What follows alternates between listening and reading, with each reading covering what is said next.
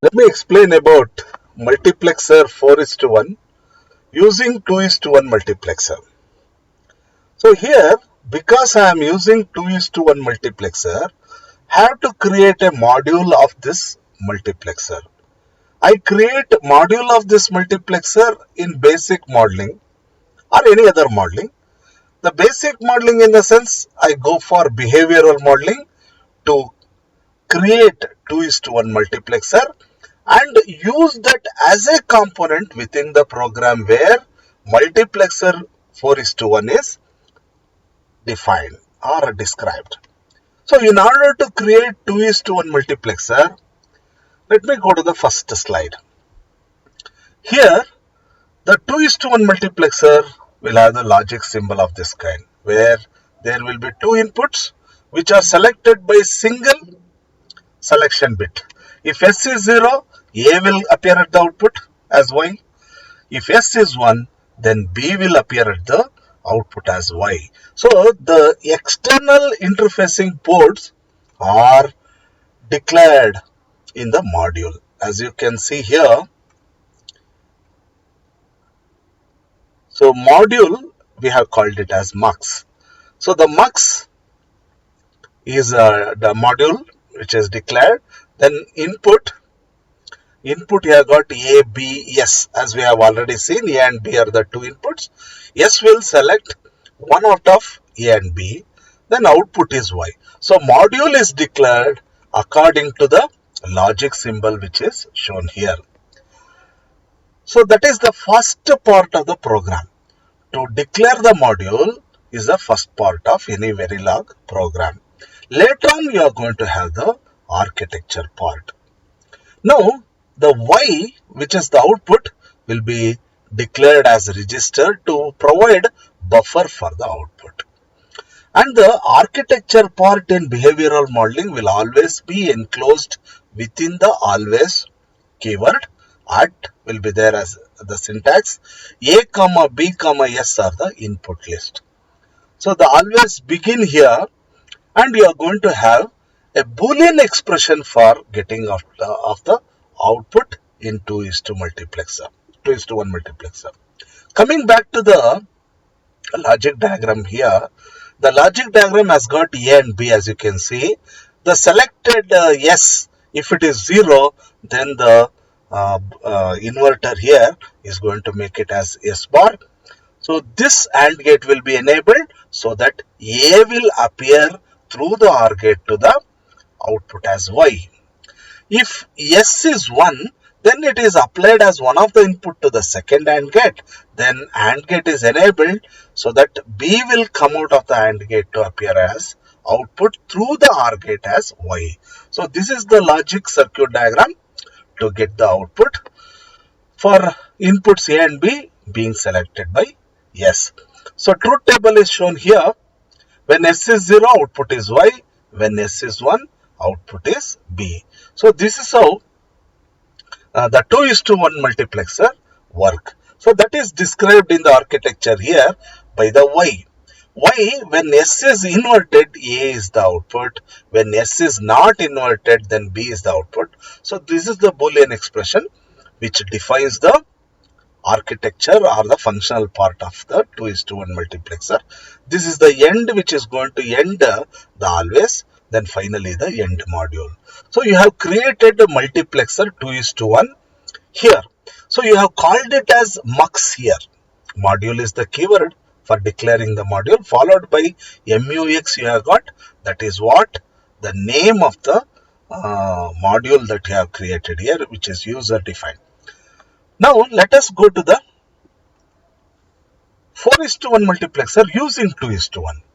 Now again there is module declaration for this particular data circuit.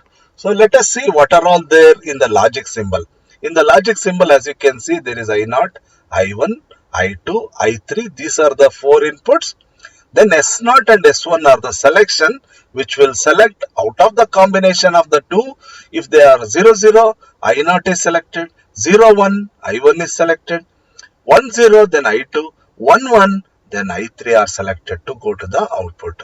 So depending upon the different combination of S0 and S1 as it is shown in this shown in the truth table here. So which is described here, as you can see, there are three 2:1 multiplexer. The first multiplexer will select either I0 or I1 to appear at Z0. Then the second multiplexer will select either I2 or I3 again by S1. So if S1 is 0, then Z0 will have either I0, it will have I0 or I2.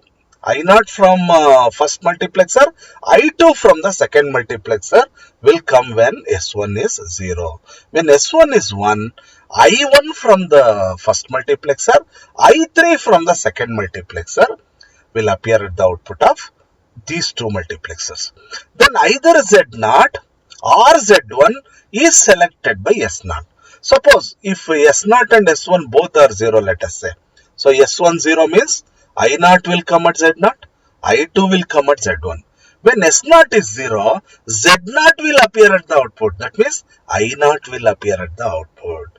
So when S0 and S1 both are 0, the output will be I0. So that is how this logic circuit of 4:1 multiplexer work. Here we have used mux, which are actually the 2:1 multiplexer, which is already created as a module. Let us see how it is used. So this program demonstrates the structural modeling actually. So module has been declared, as I have already told you, based on the interfacing ports, external interfacing ports, which is visible in the logic symbol. Then, so module declaration has got 4 inputs, 2 selection and 1 output. So now, wire Z1 and Z2 are coming. Wire are nothing but, wire is the keyword used for declaring or defining the intermediate signals. As you can see here, Z0 and Z1 are the intermediate signal.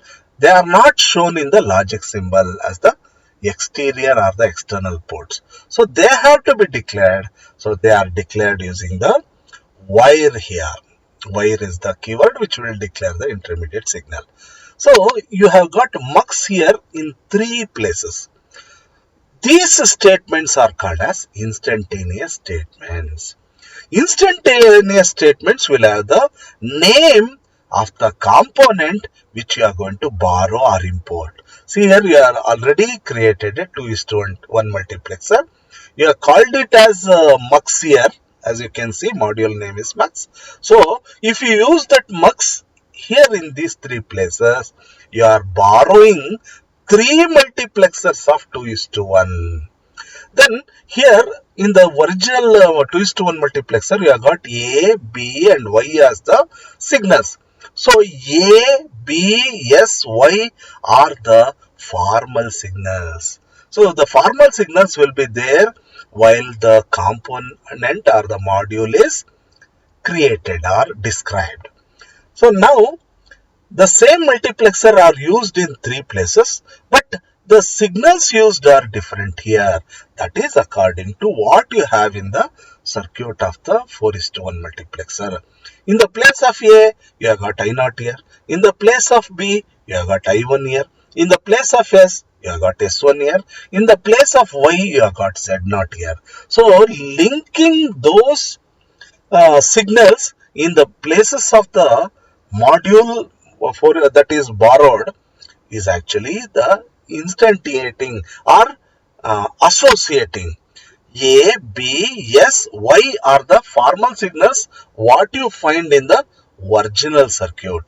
In the borrowed one, the multiplexer has got the real signals like I0, I1, S1, Z1. So A, B, Y are the formal signals. I0, I1, S1, Z1 are the real signals for the first multiplexer. Then I2, I3, S1, Z2 are the real signals for the second multiplexer. And in the third multiplexer, that is what you find at the output, has got Z0, Z1 and out and S0 as the real signals. So you have written real signals in place of the formal signals of the component. This is called as association. So you had A, B, S and Y in the original component of 2 is to 1 multiplexer. Those are the real signals. So in the 4 is to 1, you have borrowed those components and you have used real signals. That is nothing but the association. So association is used in instantaneous statements where you are going to borrow the component or borrow the module as component, and then you are going to list the real signals in the places of formal signals. So listing the real signals in the places of formal signals are called as association. So what I have done here is positional association. That means three inputs, then the output. In their places, I have used the real signals what you find in these circuits. For example, the last statement in the program, third multiplexer is coming. So here input is Z0 in place of A, Z1 in place of B, S0 in place of S, out in place of Y. So these are the real signals in the last multiplexer. So then end module will end the entire module description of the 4 is to 1 multiplexer. So you have used structural modeling here wherein always statement will not be there. So whereas here in the 2 is to 1 multiplexer program you had always, so the statements coming under it will be sequential, whereas in the 4 is to 1 description you have not used always. So it is a structural modeling, so the statements are concurrent in nature.